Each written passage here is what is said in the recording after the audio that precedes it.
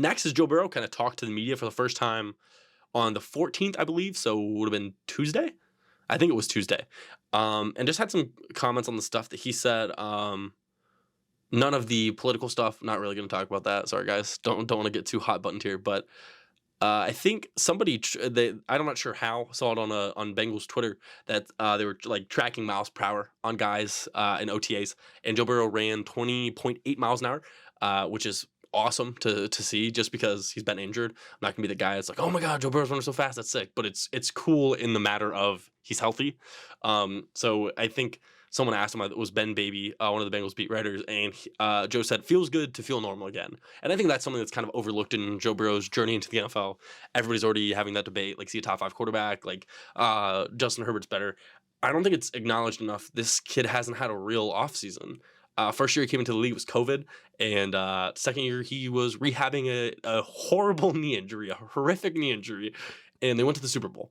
And there definitely, you saw in the early parts of this year, Joe was trying to figure it out. He was trying to be comfortable with his knee, and you definitely knew he wasn't week 1. It's kind of crazy watching it kind of unfold, and it's pretty much like Joe Burrow had like 2 different seasons at the same time. But that second half is, if you can get that for a full season, oh my God, it's going to be incredible. And just the fact that he's, I guess, acknowledging the fact that he hasn't felt normal kind of checks out. We've all seen that first few weeks of the NFL last year, and he just didn't look like the Joe Burrow that we drafted or the Joe Burrow that I know he wants to be. So that was really cool to see that. I thought that was pretty interesting. And then I already talked about Joe Burrow talking about Jesse Bates, so that's good. That was one of the big ones. The other one was really interesting. I don't know what the question was. It was Mike Ped. I'm gonna butcher his name. I'm just not gonna say it. Trags on Twitter. Go follow him. I'm pretty sure he's a Bengals like beat writer or something. I'm gonna look real quick while we're stalling right here. Yeah, he hosts the Jungle Roar podcast. I can't pronounce your name. Sorry, boy. The boy, sorry, I'm listening to some Bustin' with the Boys, but somebody asked Joe Burrow about explosive plays, how they look to adapt this year, and he said that pretty much that they need to stop being as dependent as they are on the explosive plays, because they're going to see a lot more too high safeties, which is it's not anything like mind-boggling because that's just what's going to happen. People are going to react to the way that the Bengals have been able to beat you over the top, and they're going to say, you're not going to do that. You're going to beat us in the middle of the field. You're going to beat us throwing check downs. You're going to beat us short game. You're not going to beat us over the top, which is fine. I mean, the thing is, I think the Joe Burrow that we saw year 1 versus last year was very different.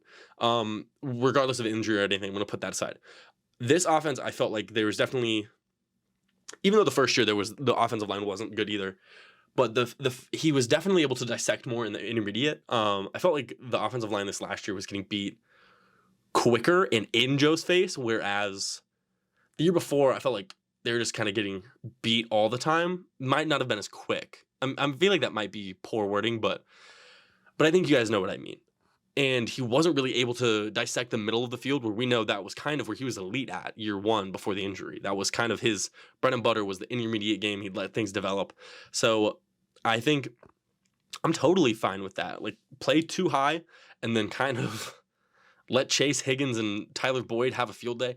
The way they said that, and Joe Goodberry talked about it, how he said, I do agree that we'll see teams treat Chase and Higgins like a ticking time bomb and protect against the deep ball. If you're going to do that, I really expect Tyler Boyd to have a better year this year than he did, and maybe see a downtick in Jamar, just because of the fact that if that's kind of their thing, I definitely think they're going to use Chase as a decoy sometimes. Just send him out. You're going to get the safety, and if they're running a man, you're going to get the corner too. Then you're going to have somebody that probably shouldn't be on them, whether that's T or Tyler.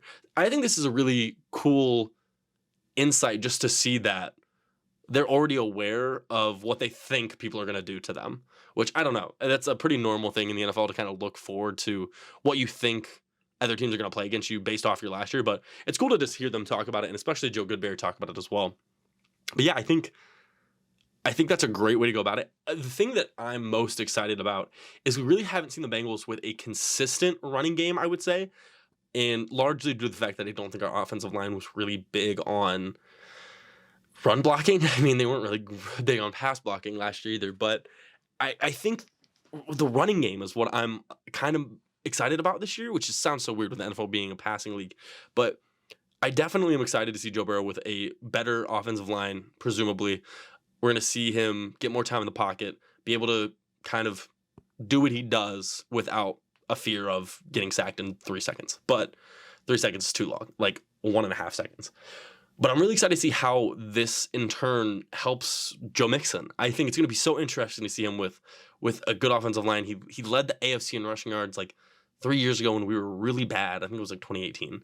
And behind a pretty bad offensive line. I know there's guys that aren't even in the league on that offensive line. So that's definitely interesting. And I think it can only be good things for Joe Mixon, just considering the fact of La'el Collins was on he was on the Cowboys team when Zeke had a crazy year. That was also with like Zach Martin, Travis Frederick, and Tyron Smith. So a pretty stacked O-line. So, and I won't expect like that caliber, but I think that's going to do so much for the offense to be able to run consistently, trust your O-line, trust the blocks, let Joe Mixon kind of do his thing. I think Joe Mixon at his peak is a top 5 back. I don't think he's really been there. I think he's a top 10 back pretty consistently, but I don't think he's really been a top 5 back since that year. But I'm really excited for this year. I think he definitely could do that. That's probably the weirdest thing I'm excited for this year, is just to see how the offense develops, because like he said in that, they're probably not going to be able to have all the explosive plays that they did, even though to me there are a ton off head that like they weren't really like just huge beaters. Like the Jamar Chiefs one, that wasn't really like a 2-high safety thing. That wasn't the issue, was they weren't running too high. It was just Jamar making a play. The Jamar against Marlon Humphreys, same thing. Tyler Boyd's big play against the Broncos, I do think was single high, because I think he was manned. But yeah, it's going to be interesting how they change the offense going forward. I'm really excited to see how the running game kind of changes that. I don't think the running game was ever really a forefront thought for this offense at all.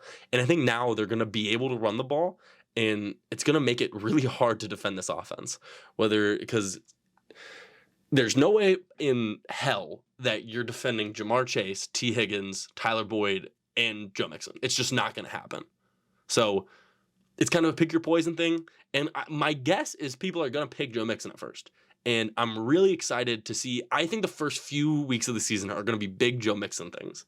Big Joe Mixon weeks. So keep that in mind. I'm calling that right now. I think the first few weeks, Joe Mixon's going to have a pretty big few weeks. I think we play the Steelers week 1. I don't know who we play week 2. I know 4 is the Dolphins. I think Joe Mixon's going to have a great few weeks. Just keep that in mind.